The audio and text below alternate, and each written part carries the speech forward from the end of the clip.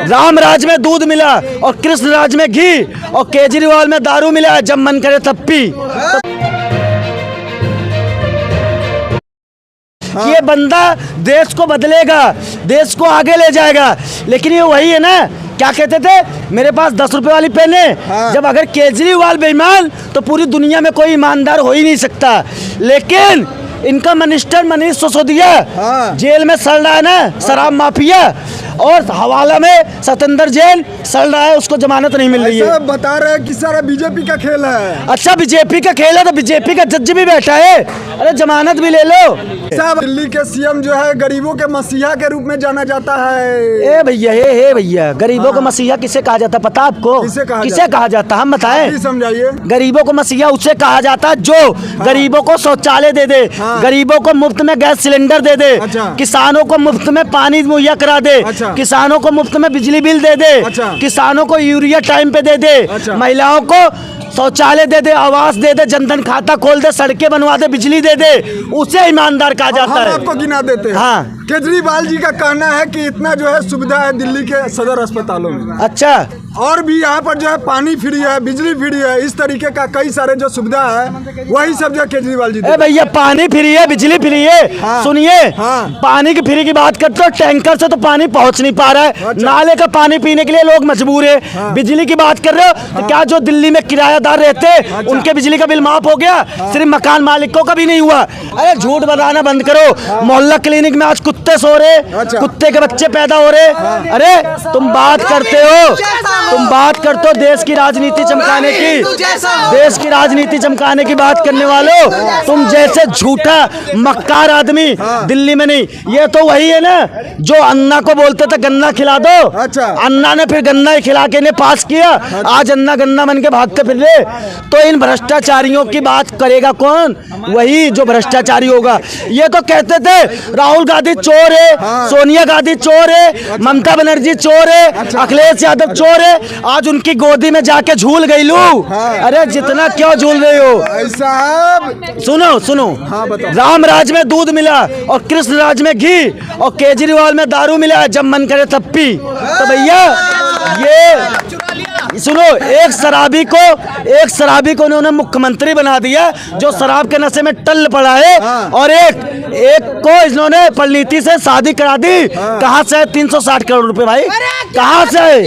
अरे भ्रष्टाचारियों, 360 करोड़ रुपए कहाँ से है? अरे तुमने कहा था गरीबों को, झुग्गी वालों को मकान देंगे, आज भूल गए। तुमने कहा था जो वो हाई टेंशन तार है उसे अंडरग्राउंड कर देंगे, भूल गए। अरे भैया, इतना झूठ बोलो कि लोगों को समझ में आए। ये सिर्फ और सिर्फ फौरेबी मुख्यमंत्री हैं। भाई साहब कह रहे हैं कि जो सीबीआई का जो जांच है सिर्फ जो है विपक्षी के जो पार्टियां है उसके ऊपर ही हो रहा है। तो भैया भ्रष्टाचार विपक्ष करेगा तो क्या पक्ष वालों की जांच कराऊंगा? किसी के माथे पर थोड़ी ना लिखा है। अरे भैया लिखा है। कैसे? सुनो, इन्होंने शीश महल बनवाया बिना टेंडर के। अरे टेंडर निकाल देते 10 लाख रुपए से ज्यादा की अगर तुम कोई काम करवा रहे हो तो उसका टेंडर निकलता है। दिल्ली सल्तनत का सुल्तान केजरीवाल इस समय दिल्ली सल्तनत को सिर्फ भ्रष्टाचार की आग में झोंक रहा है। सुनो, हाँ बोलिए। दिल्ली जल बोर्ड जानते हो? हाँ जानते हैं। बीएमसी को टक्कर देता था, आज घाटे में है। घाटे में। दिल्ली परिवहन जानते हो? हाँ जानते हैं। भाई साहब बहुत समृद्ध था, आज बसें दिल्ली में गिनी चुनी चल रही है, घाटे में। अच्छा, तो भैया कहाँ से?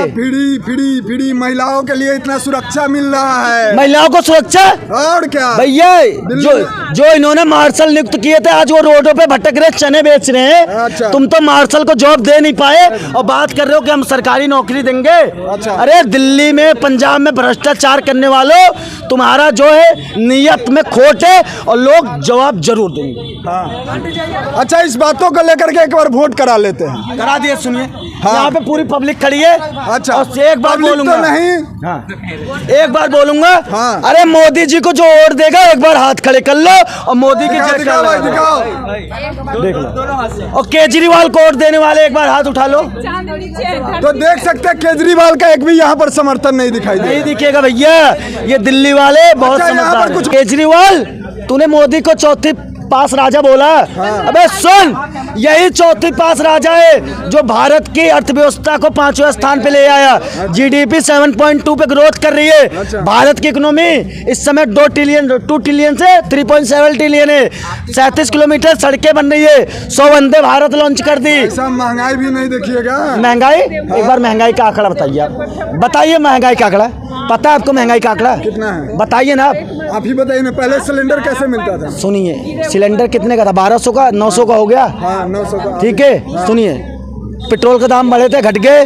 टमाटर के बढ़े थे, घट गए। तो जितना बढ़ा है उतना नहीं ना घटा। तो भैया घट गया। और क्या, तुम्हारी जमीन की कीमत पहले 1 लाख थी, आज 10 लाख है। 1 लाख की बेचोगे आप? नहीं बेचोगे। खुदरा महंगाई दर इस समय 4.2 है। खाद महंगाई दर 7.2 पे ग्रोथ कर रही है। अमेरिका के 3 बैंक दिवालिया हो गए।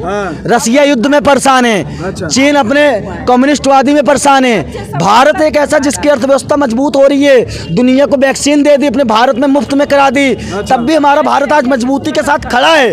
ऐसा क्यों? क्योंकि नेतृत्व भाई ईमानदार है, भ्रष्टाचार नहीं है इस सरकार में। गरीबों की आवाज़ सुनता है। अगर गरीब किसानों ने कहा कृषि कानून वापस ले लो, ले लिया।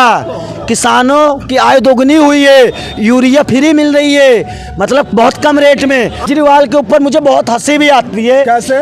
क्योंकि इन्होंने कहा था अगर मैं ईमानदार नहीं, अगर केजरीवाल बेईमान तो दुनिया में कोई ईमानदार नहीं हो सकता। और वही केजरीवाल का मिनिस्टर जो कि डिप्टी चीफ मिनिस्टर था, कौन? मनीष सिसोदिया। वो जेल में चक्की पीस रहे ना, आटा पीस रहे। आज वो मनीष सिसोदिया को जमानत क्यों नहीं मिल रही है?